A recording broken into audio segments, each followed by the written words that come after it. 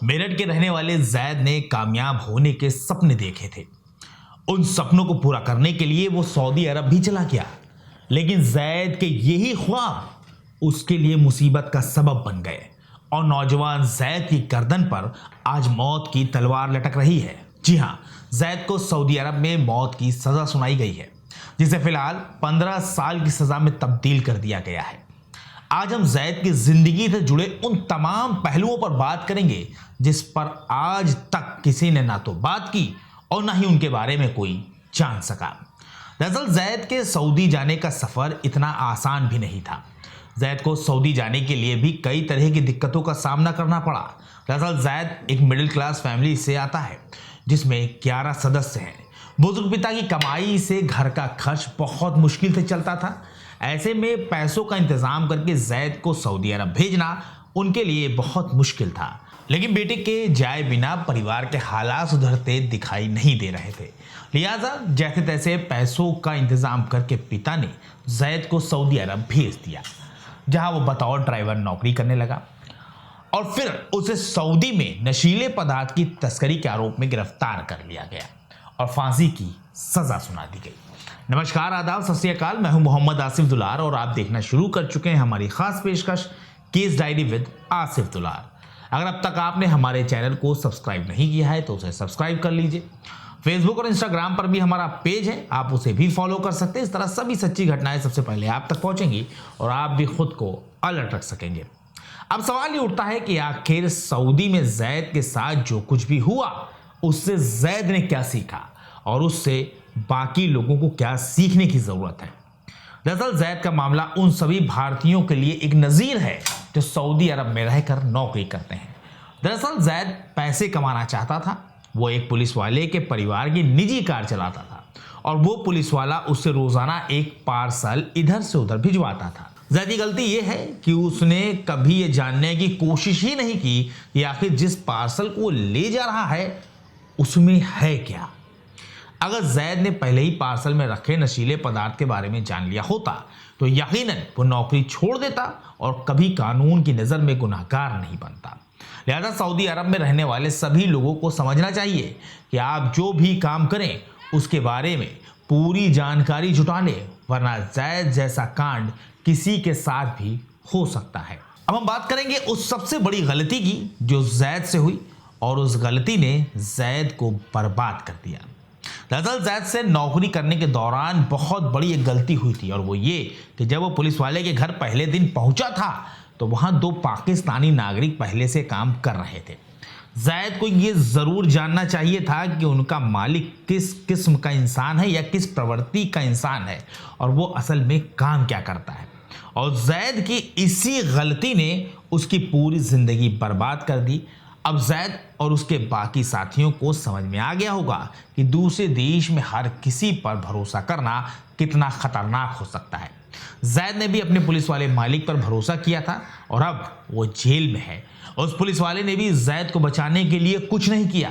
जाहिर है कि अगर उस पुलिस वाले ने जैद का साथ दिया होता तो यकीनन जैद बच जाता, लेकिन उसने खुद को बचाने के लिए जैद को सूली पर चढ़ा दिया। इस गलती से जैद ने क्या सीखा और हम सबको क्या सीखना चाहिए या क्या समझना चाहिए, अब हम इस पर भी बात करेंगे।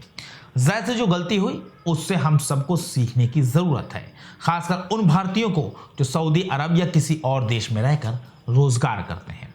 आपको समझना होगा कि आपकी एक छोटी सी गलती आपको बहुत बड़ी मुसीबत में डाल सकती है और आपकी पूरी जिंदगी सलाखों के पीछे कट जाएगी। सऊदी अरब में रहने वाले सभी भारतीयों के लिए ज़रूरी है कि वो वहाँ के कानून के हिसाब से ही काम करें, क्योंकि गल्फ देशों के कानून बहुत सख्त हैं और दूसरे मुल्क के लोगों के लिए कहीं ना कहीं उनके अंदर द्वेष की भावना भी होती है, जिसका खामियाजा जैद की तरह किसी और को भी भुगतना पड़ सकता है। हम सबको हर गलती से कुछ ना कुछ ज़रूर सीखना चाहिए। जैद भी पैसा कमाना और एक अच्छी ज़िंदगी जीना चाहता था। वो परिवार की भी आर्थिक मदद करना चाहता था, लेकिन उसकी यह ख्वाहिश उसके लिए मुसीबत का सबब बन गई। जैद को सबसे पहले ये पता करना चाहिए था कि आखिर उसका मालिक जो पार्सल उससे भिजवा रहा है उसमें है क्या। लेकिन अपनी तनख्वाह पाने के चक्कर में जैद ने कभी उसे खोलकर देखा ही नहीं और वो जाने अनजाने नशीले पदार्थ का तस्कर बन गया। अब हम उन दिक्कतों के बारे में बात करेंगे जो सऊदी अरब में जैद ने झेली, किन किन मुसीबतों से उसे दो चार होना पड़ा। जैद जब सबसे पहले साल 2018 में सऊदी पहुंचा, तभी से उसका वक्त और काम दोनों ही खराब चल रहे थे। उस पर एक के बाद एक कई मुसीबतें आईं, जिसकी वजह से उसे कई बार नौकरी भी छोड़नी पड़ी।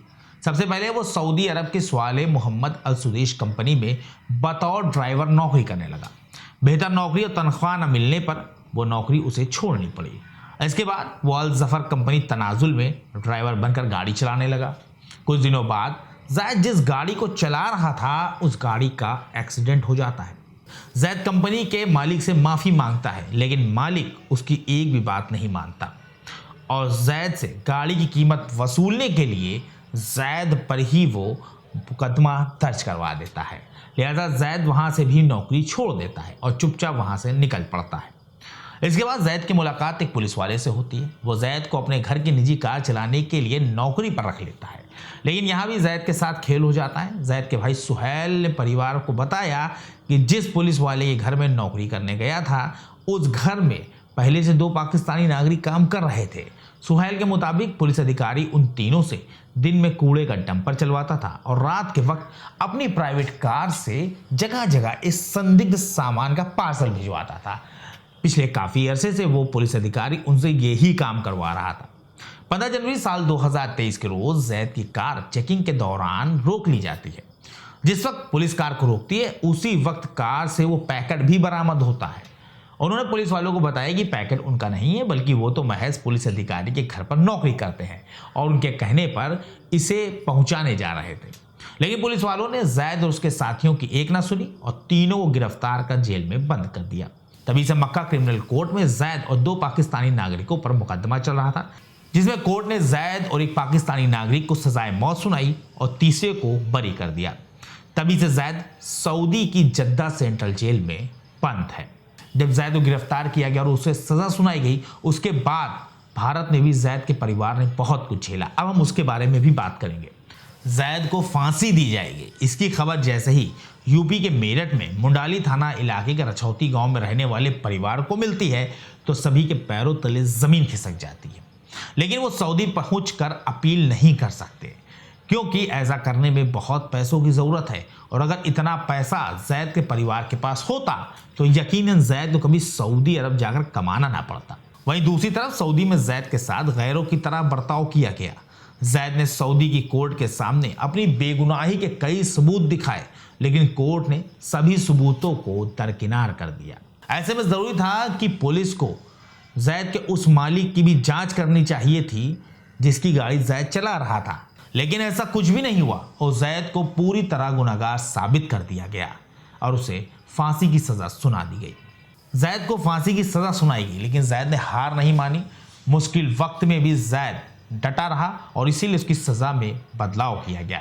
जैद को फांसी की सज़ा सुनाई गई। वो सऊदी अरब में बिल्कुल अकेला पड़ गया, लेकिन उसने हार नहीं मानी, बल्कि उसने एक वकील की मदद से कोर्ट में दया याचिका दायर की और खुद अपनी पैरवी की। इसके बाद कोर्ट ने जैद की याचिका पर फैसला देते हुए फिलहाल फांसी की सज़ा को 15 साल की कैद में तब्दील कर दिया है। तो वहीं जेल में रहकर अपने पक्ष में जैद और भी सबूत जुटाने की कोशिश कर रहा है। उसे उम्मीद है कि कोर्ट में इस बार उसकी बात जरूर सुनी जाएगी और उसे बेगुनाह मानकर बरी कर दिया जाएगा। जैद की फांसी की सज़ा को 15 साल की सज़ा में तब्दील कर दिया गया और उस पर अर्थदंड लगाया गया। इसके बाद परिवार को कुछ वक्त की मोहलत मिल गई है, लेकिन जब से सऊदी अरब के वकीलों ने जैद का मुकदमा लड़ने से मना किया, तभी से इंडिया में जैद के परिवार में मातम पसरा हुआ है और अब जैद के परिवार को केंद्र सरकार से उम्मीद है कि अब वो ही उनकी मदद करेंगे और उनके बेटे को देश वापस लाया जा सकेगा। आपको हमारी खबर कैसी लगी, इसके बारे में कमेंट सेक्शन में ज़रूर बताएं। बहुत जल्द एक सच्ची घटना के साथ हम आपके सामने हाजिर होंगे। तब तक के लिए हमारी पूरी टीम को इजाज़त दीजिए और अपना ख्याल रखिए।